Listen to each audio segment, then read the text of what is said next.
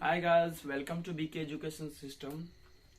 मैं बीके दास आप सबके सामने एक नया वीडियो लेके आया हूँ जो करनी से रिलेटेड है। मुझे आशा है कि आप सबको ये भी वीडियो अच्छे लगे होंगे बाकी सब वीडियो की अपेक्षा। अगर अच्छे लगे तो डेफिनेटली उसमें लाइक शेयर एंड कमेंट कीजिएगा। अगर अच्छा ना लगे तो बाकी आपकी इच्छा, क्या करेंगे नहीं करेंगे मैं नहीं कर सकता। लेकिन आज हम लोग जो पढ़ने वाले हैं वो करनी के बारे में पढ़ने वाले हैं, जिसको इंग्लिश में कहा जाता है सर्ड्स, SURDS सर्ड्स। और सभी जानते हैं करनी, और इस करनी को तो कम जानते हैं लेकिन बहुत सारे व्यक्ति इसको जानते हैं। इसको बहुत सारे स्टूडेंट जानते होंगे। इसको रूट कहा जाता है और रूट नाम से ज्यादा योजना प्रचलित हो चुका है। तो इसी रूट को ही जो ना करनी कहा जाता है। तो आज हम लोग पढ़ने वाले हैं रूट के बारे में, यानी कि करनी के बारे में। तो करनी किसे कहते हैं, यहाँ पे मैंने डेफिनेशन लिख दिया हूँ। शायद आप लोगों को नहीं दिख रहा होगा क्योंकि यहाँ पे कुछ असुविधा है बल्ब के कारण। तो देख लेते हैं। मैं बोलता हूँ, आप लोग सुन लीजिएगा। वह संख्या जिसका पूरा पूरा वर्गमूल न निकल सके, यानी कि जिस संख्या का पूरा पूरा वर्गमूल नहीं निकलता है, उस संख्या को ही आप कह सकते हैं कि वह करनी में आता है।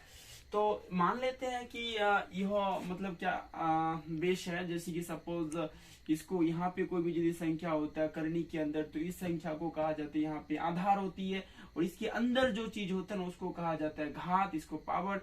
ये जो होता है आपका, यहाँ पे कोई भी यदि संख्या होता है उसको मूलक कहा जाता है। हम मान लेते हैं यहाँ पे कोई एक संख्या है, यानी कि यहाँ पे मैं मान लेता कि 7 है, यहाँ पे मान लेते हैं कि 3 है, यहाँ पे 2 है। तो ये हो जाएगा आपका आधार हो जाएगा, ये हो जाएगा आपका घात, और ये हो जाएगा आपका मूलक। यानी इस तरह से इसको पहचानेंगे। तो मेन चीज हम लोग आगे बढ़ते हैं। आगे बढ़ने से पहले हम यहाँ पे कुछ लिख दिए कि जैसे कि यहाँ पे रूट है या करनी है। करनी यानी कि यहाँ पे 2 छिपा हुआ है। तो हम सभी जानते हैं कि अगर यदि कोई भी संख्या मतलब कोई भी यदि चीज यानी करनी दिया हुआ रहे, अगर उसमें यहाँ पे कुछ ना लिखा हुआ रहे तो यहाँ पे 2 छिपा हुआ रहता है। केवल 2 ही छिपा हुआ रहता, बाकी जो ना कोई भी संख्या छिपा हुआ नहीं रहता। बाकी जितने भी संख्या आएंगे आपका जो ना क्या कहता है लिखा हुआ आएंगे, 3 4 6 7 8 जितनी भी संख्या होगा सब जो ना क्या कहता है आपका लिखा हुआ आएगा। केवल 2 एक कहता है 2 संख्या हो, यानी कि 2 होगा जो यहाँ पे लिखा हुआ नहीं आएगा, आपका छिपा हुआ आएगा। तो आपको समझ में ये आना चाहिए कि इसका जो अंदर में जो डिमांड है वो कितना चाहता है, 2 चाहता है। तो हम लोग यहाँ पे समझ सकते हैं कि इसको रूट कहा जाता है, यानी करनी कहा जाता है। इसको जो है इस टाइप का हम लोग लिख सकते हैं। इसको वर्गमूल कहा जाता है। और वर्गमूल में घात जो होती है ना, पावर जो होता है ना, 2 होता है। इसको जो है क्या आता है, घनमूल कहा जाता है। इसको इस तरह से आप लिख सकते हैं। जैसे इसको इस तरह से लिखेंगे तो इसको घनमूल कहा जाता है। और घनमूल में जो है ना 3 घात होते हैं। इसको कह सकते हैं, यहाँ पे जो ना पावर यानी कि घात कितना है, 4 है। यहाँ पे पावर 4 है तो इसको हम लिख सकते हैं, इसको चतुर्थ मूल कहा जाता है। और चतुर्थ मूल यानी कि घात जो होता है ये आपका हो जाएगा, इसका घात 4 होता है। चतुर्थ मूल होता है, पंच मूल होता है, षष्ठ मूल होता है, ढेर सारी चीज हो जाती है। लेकिन आपको समझ में आना चाहिए, चाहे मूल कोई सा भी हो, लेकिन यहाँ पे देखेंगे कि लिखा हुआ आएगा। बाकी 2 को छोड़ के बाकी जितनी भी संख्या होगा सभी जो ना आपको लिखा हुआ आएगा। लेकिन मेन चीज यहाँ पे हम लोग एक चीज जान लेते हैं कि यहाँ पे मैंने सचेस दे के लिखी है। जैसे यहाँ पे जो चीज होता है उसको कहा जाता है ऑर्डर ऑफ द सर्ट। इसको कहा जाता है order of the sort. And यहाँ पे जो चीज होता है उसको कहा जाता है रेडिकेंट। जैसे सपोज मैं मान लेता हूँ कि यहाँ पे क्या कहता है, ऐसे हम कोई भी एक एग्जाम्पल ले लेते हैं। सपोज यहाँ पे मैं मान लेता 5, यहाँ पे 6।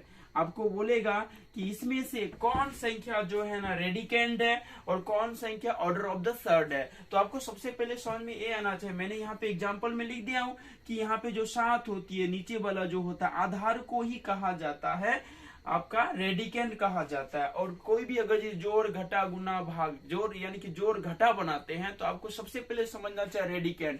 अगर आप रेडिकेंड को समझते हैं तो सोचिए कि आपका जो ना जोड़ या घटा बन जाएगा। जोड़ घटा बनाने में आपको दिक्कतें नहीं होगी। बाकी जो है ना क्या गुना भाग में तो उतना उलझन नहीं होगी, लेकिन जोड़ या घटा बनाने में आपको काफी उलझन पैदा हो सकती है। तो सबसे पहले आपको रेडिकेंड समझना चाहिए, यानी कि यहाँ पे जो संख्या होता है उसको ही रेडिकेंड कहा जाता है। मैं मान लेता कि यहाँ पे जो ना क्या करता है, यानी कि यहाँ पे लिख सकते हैं हम लोग कि इतना में जो ना क्या था, इतना में 5 को order of the shirts, order of the shirt कहा जाता है। और 6 को जो यहाँ पे जो ना क्या था तथा यहाँ पे बॉडी भी हिल रही है, तथा 6 को रेडिकेंट कहा जाता है। यानी कि यहाँ पे जो संख्या होता है उसको कहा जाता है क्या कहता है, रेडिकेंट कहा जाता है। इसको कहा जाता है आपका ऑर्डर ऑफ द शर्ट। यानी कि यह डिमांड करेगा कि मुझे चाहिए, यानी कि 6 यदि मुझे चाहिए तो कितना चाहिए, 5 तो 6 चाहिए। अगर यहाँ पे डिमांड कर रहा है ऑर्डर ऑफ द शर्ट, ये ऑर्डर देता है कि मुझे जो है 3 यानी कि कितना चाहिए, 7 चाहिए। तो यहाँ से हो गया आपको, इसको कहा जाता है आपका order of the shirt, sorry इसको कहा जाता है रेडिकेंट, इसको कहा जाता है ऑर्डर ऑफ द शर्ट। ठीक है।